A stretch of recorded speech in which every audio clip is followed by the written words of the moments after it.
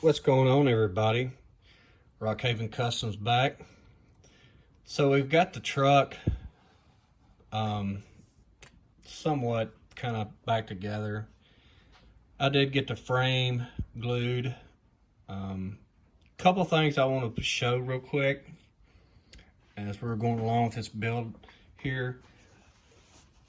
Number one, when you run your brass this far up on a truck, what will happen, especially on a truck like this that has stripes on it, because the brass is setting up higher than the chassis, you will get your stripes will be off along this between the cab and the bump. So what you will do, and I haven't done it because I wanted to show the reason in this, what you will have to do is bolt your bump back on the truck. I haven't because I want to show you another thing.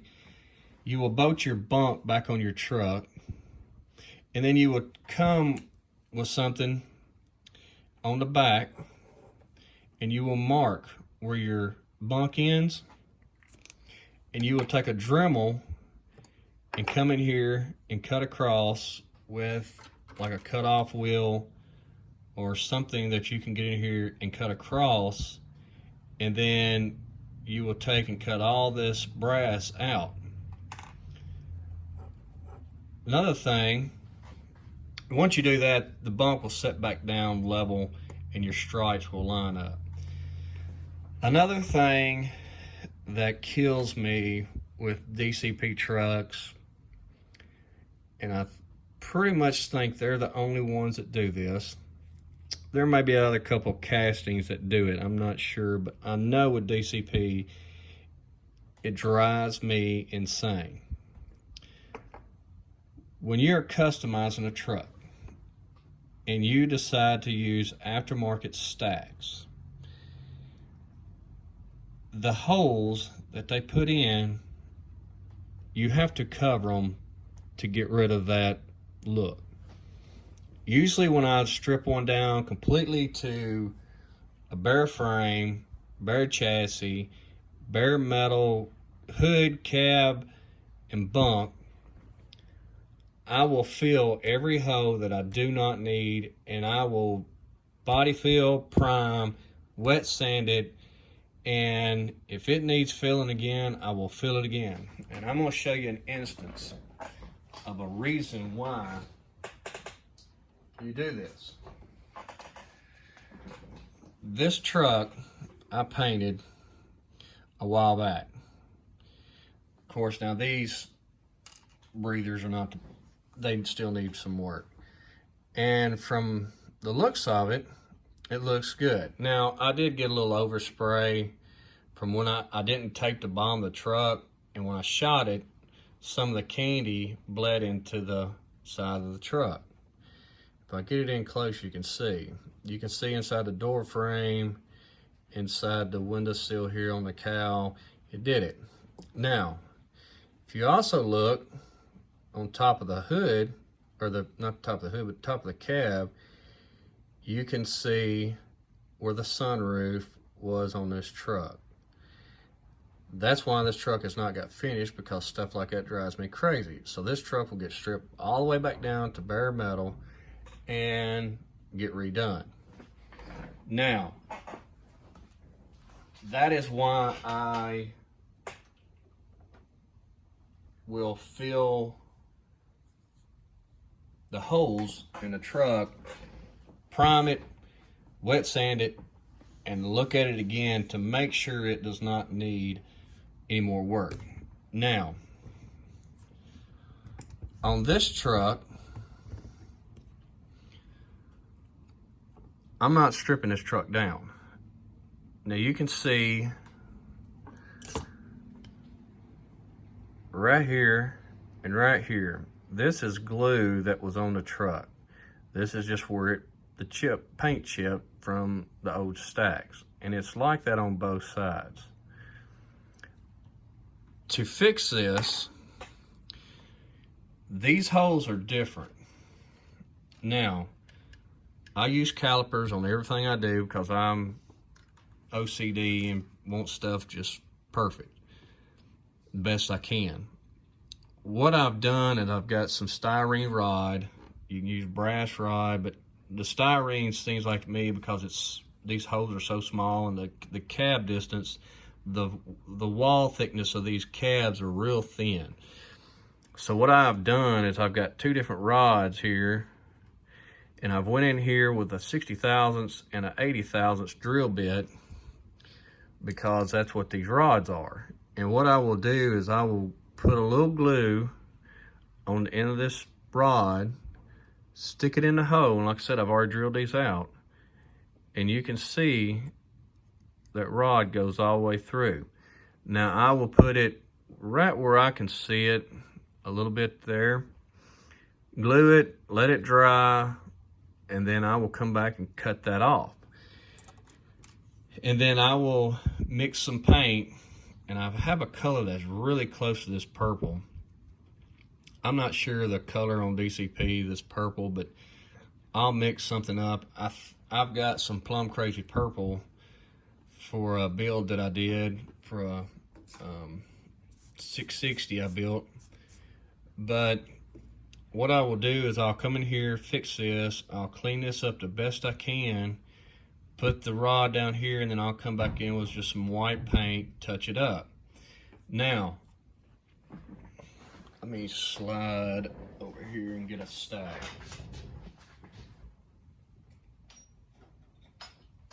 So this is just a stack that I've cut for another truck. It's still got to be some work done to it. So when you put this stack on a truck and you set it against a bunk, you're still going to see a little bit of that where the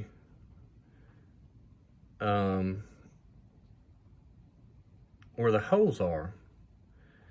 So what I will do is repair that the best I can, fill that, and the holes won't be as obvious. I mean, you might see them.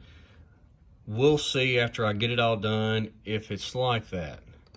Now, another option you have, I'll have to go get a truck, just bear with me a second, is to do another way. Yeah, let me go over here to the cabinet and get a truck out.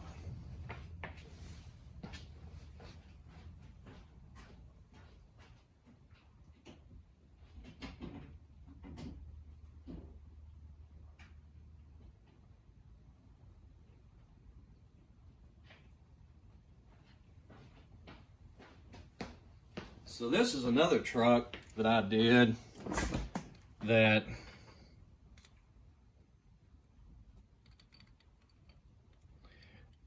had kind of the same problem. As you can see, I took a piece of C-channel that is styrene, which is this. You can see it's a piece of C-channel. And what I did is I painted the same color. When I built these fenders for this truck. They're out of brass. And when I painted them and did all the work for that,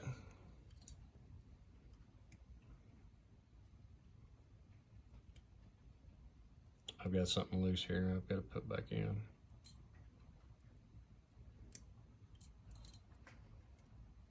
Just hold on 1 second.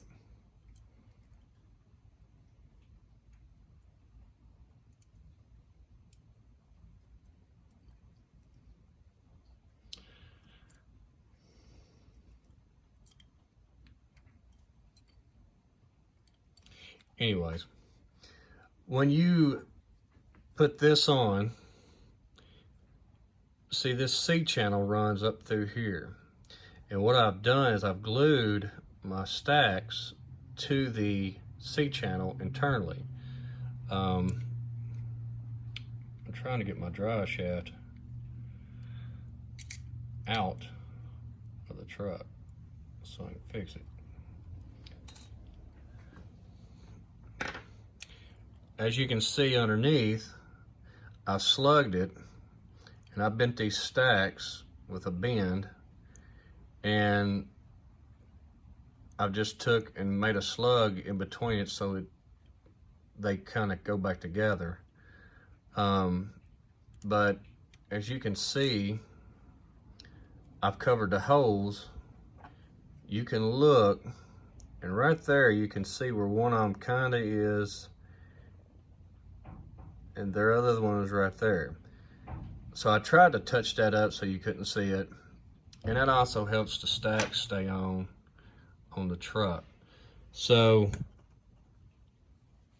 when you're doing repairs, you've got to try to figure out a way to make them where you can hide other things.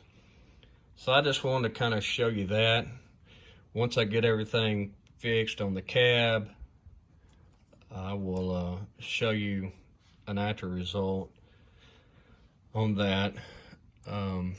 I've just been out in my toy room today just cleaning up, and was looking at this and had put this back together. So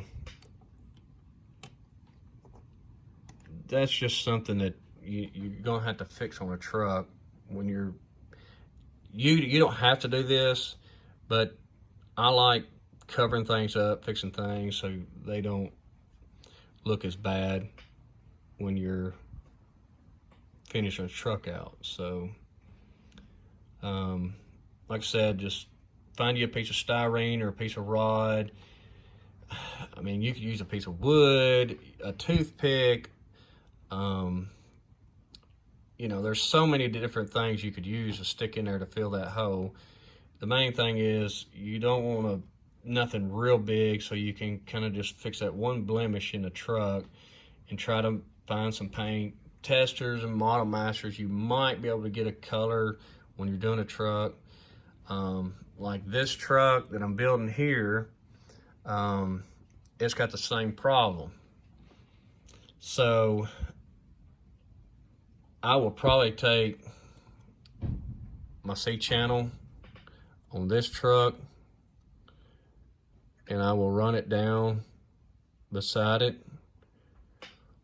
or I will plug the holes and try to mix a color that will match that pretty close so that you won't see it as bad. So I'm just going to show you those two little things when you're working on these trucks. So hope you are having a good weekend.